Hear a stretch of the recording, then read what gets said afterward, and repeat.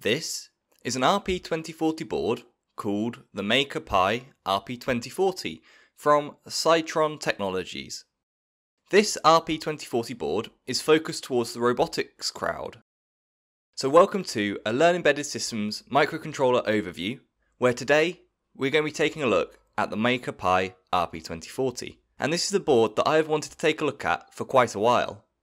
If you want to learn more about RP2040 based boards, then make sure you are subscribed to see more.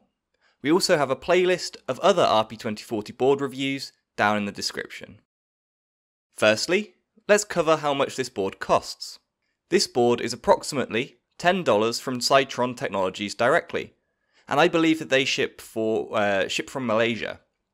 For international orders, they refer you to partners that include the Pi Hut for those in the UK, which are stocking this board for about £9, and Adafruit are listing this board for $12.50 for those in the US.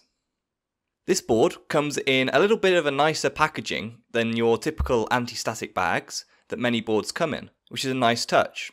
Inside the box, we get the Maker Pi RP2040, and then beneath this little cardboard flap, we get some extras, including a small Phillips head screwdriver for the screw terminals that are on the board, some adhesive rubber feet, and finally we get 4 Grove connectors to female headers.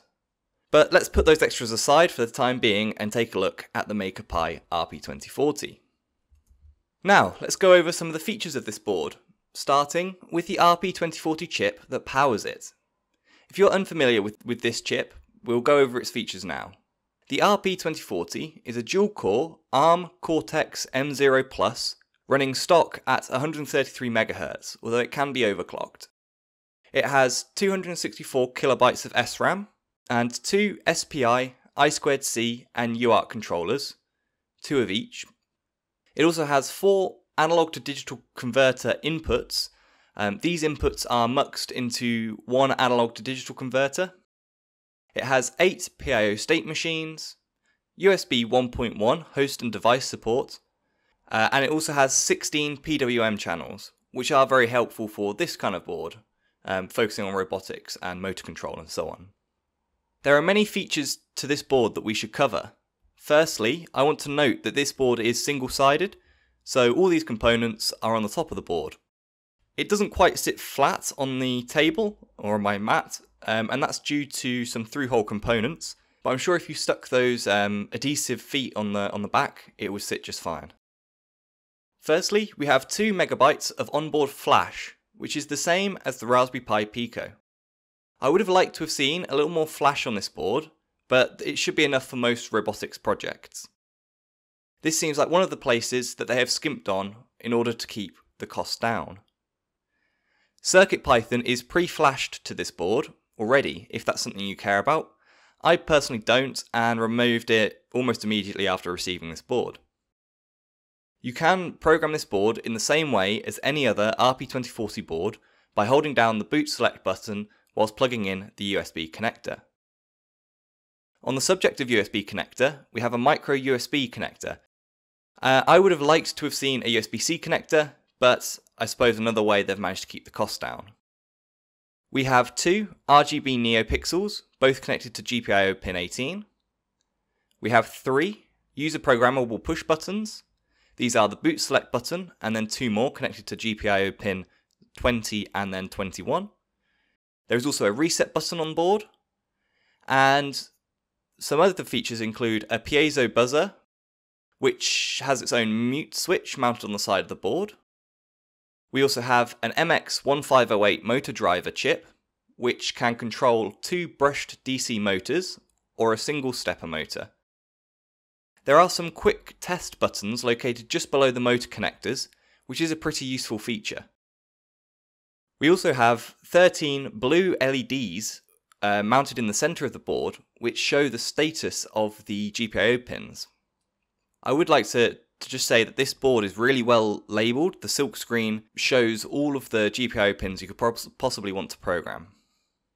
In terms of pinout, you might have noticed that there aren't really any pins broken out, except for a group of servo connectors, which can connect, I think, up to four servos. The majority of the pinout is broken out via the Grove ports to connect either your peripheral devices directly using a Grove connector, or by using those breakout cables that were included in the box. Another interesting aspect of this board are the power options that you have on board.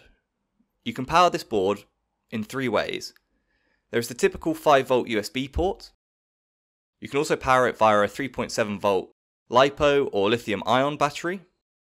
And finally, with a V-in terminal, which supports a voltage range of between 3.6 to 6V.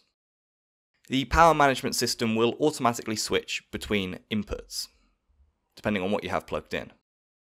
There is an onboard LiPo or lithium-ion battery charger for a single cell battery, although I cannot find any reference as to its current capability or charging capability, only that it has overcharging and discharging protection. It would be nice to have a spec somewhere, although I suppose you could work it out from the schematic. There is also a nice big on-off switch mounted on the board, which I really like, to have a rather than plugging in or unplugging a battery over and over, or having to solder one in on your own. So that's a nice touch.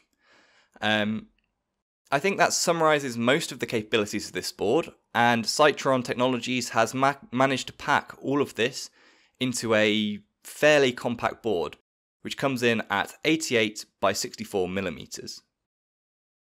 This board is very clearly aimed towards the robotics crowd, and is probably most interesting to people who want to create wheeled robots of some kind, or something else to do with motor control. I do think that this is a great board for the price, and they've managed to fit a lot of features into this board at the $10 price. And so I think that it's a good value board if you are interested in its use cases. I think that there are many other use cases that this board could be used in too. It's a very well thought out board. I would have liked to have seen a higher spec and possibly higher cost version of this board, which would increase the flash storage, as 2MB might be a little small for some projects.